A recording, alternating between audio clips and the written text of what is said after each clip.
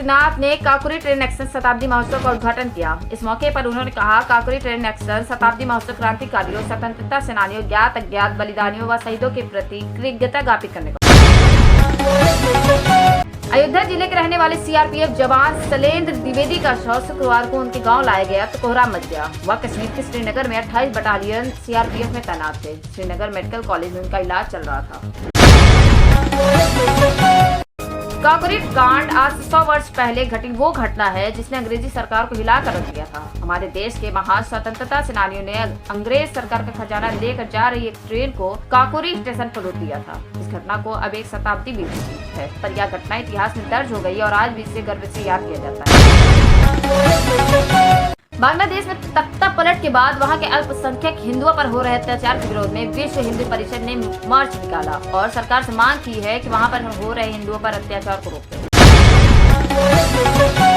CM Yogi Adityanath ने त्योहारों एवं महत्वपूर्ण आयोजनों की तैयारियों की वीडियो कॉन्फ्रेंसिंग के जरिए समीक्षा की। उन्होंने अधिकारियों को सख्त निर्देश दिए।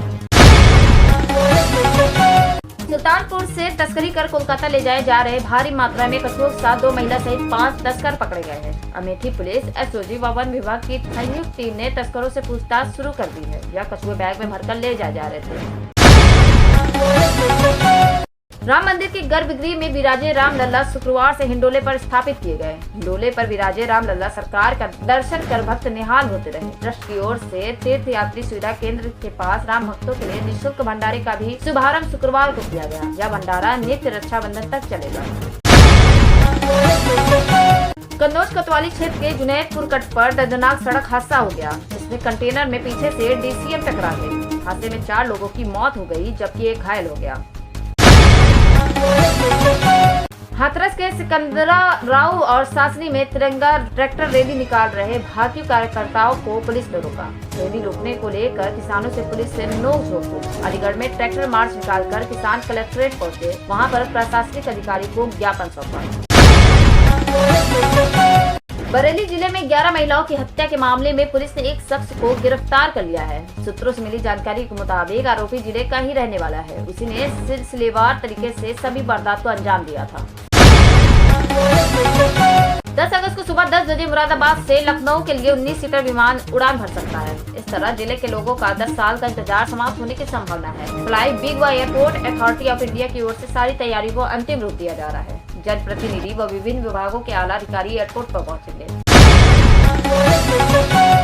आगरा में स्कूल से पढ़कर साइकिल से लौट रहे छात्रों को डग्गा मार बस ने रौंद दिया। हादसे में एक छात्र की मौके पर ही मौत हो गई। आधा दर्जन बच्चों के घायल होने की सूचना है। घटना से गुस्साए ग्रामीणों ने मार्ग जाम कर दिया। पुलिस ने लोगों को समझा बुझाकर जाम खुलवाया। देवकली को लेकर मान्यता है कि यहाँ बने कुंड में नाग पंचमी के दिन स्नान करने और कुंड की मिट्टी घर ले जाकर रखने से सांपों के डसने और घरों में आने का भय नहीं रहता है। तीर्थ स्थल पर प्रत्येक वर्ष में विशाल मेला लगता है। इस बार बड़ी संख्या में लोग उमड़े। सुल्तानपुर जिले के कादीपुर कोतवाली क्षेत्र के जटौली बंद के गांव में शुक्रवार सुबह तालाब में गुड़िया पीटते समय 2 सगे भाई डूब गए। गांव वाले ने कुछ ही देर में उन्हें बाहर निकाल लिया और सीएचसी ले गए, लेकिन तब तक दोनों की मौत हो चुकी थी। पर्व के दिन 2 भाइयों की मौत से पूरे गांव में मातम का माहौल हो गया।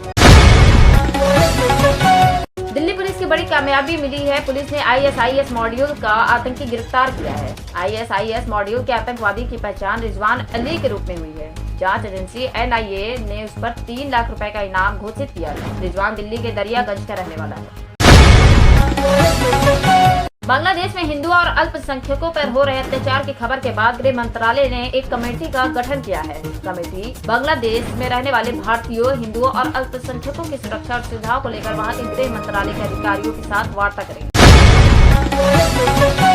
भारतीय विदेश मंत्री एस जयशंकर ने शुक्रवार को कहा कि सरकार अभी भी रूसी सेना में भर्ती 69 भारतीयों की रिहाई का इंतजार कर रही है। जयशंकर ने बताया कि कई मामलों में ऐसे संकेत मिले हैं कि भारतीय नागरिकों को रूस की सेना में भर्ती होने के लिए गुमराह किया गया था।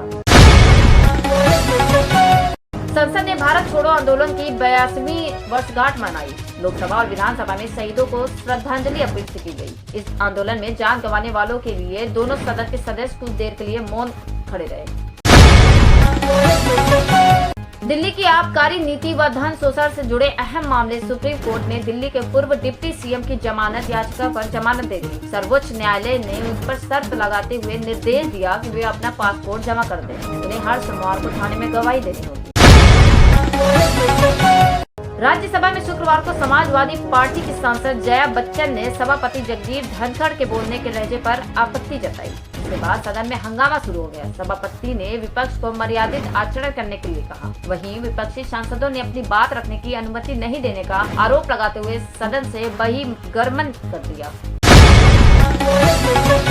वक्फ बिल के लिए स्पीकर ने जेपीसी का गठन कर दिया है। इसमें लोकसभा के 20 और राज्यसभा के 10 सदस्यों को शामिल किया गया है। इन सदस्यों में अपराजिता सारंगी, गौरव गोगाई, इमरान मसूद, ओवैसी, निशिकांत, ए राजा, तेजस्वी, जगदम्बिका पाल, नासिर हुसैन, एमडी जावेद सहित कई बड़े नाम शामिल हैं। जेपीसी को संसद के अगले सत्र यानी शीतकालीन सत्र के पहले हफ्ते में रिपोर्ट सौंपनी होगी। हिमाचल प्रदेश के कई भागों में भारी बारिश का ऑरेंज अलर्ट जारी किया गया है। राज्य में जगह जगह भूस्खलन से 100 से अधिक सड़कें यातायात के लिए बाधित है। बिहार की करीब सभी नदियों का जलस्तर बढ़ा हुआ है। कोसी, बागमती, गंडक और गंगा नदी कई स्थानों पर खतरे के निशान से ऊपर बह रही है। इसी बीच बिहार के मुख्यमंत्री नीतीश कुमार ने शुक्रवार को सड़क मार्ग से पटना के आसपास गंगा नदी के बढ़ते जलस्तर का जायजा लिया।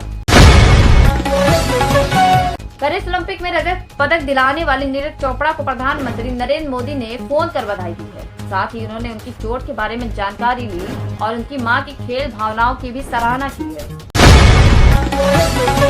इस बैठक का उद्देश्य सुप्रीम कोर्ट द्वारा SC/ST कोड के भीतर क्रीमी लेयर लागू करने के संबंध में दिए गए फैसले पर चर्चा करना था। सांसदों ने प्रधानमंत्री को ज्ञापन सौंपते हुए मांग की कि यह फैसला लागू नहीं किया जाना चाहिए।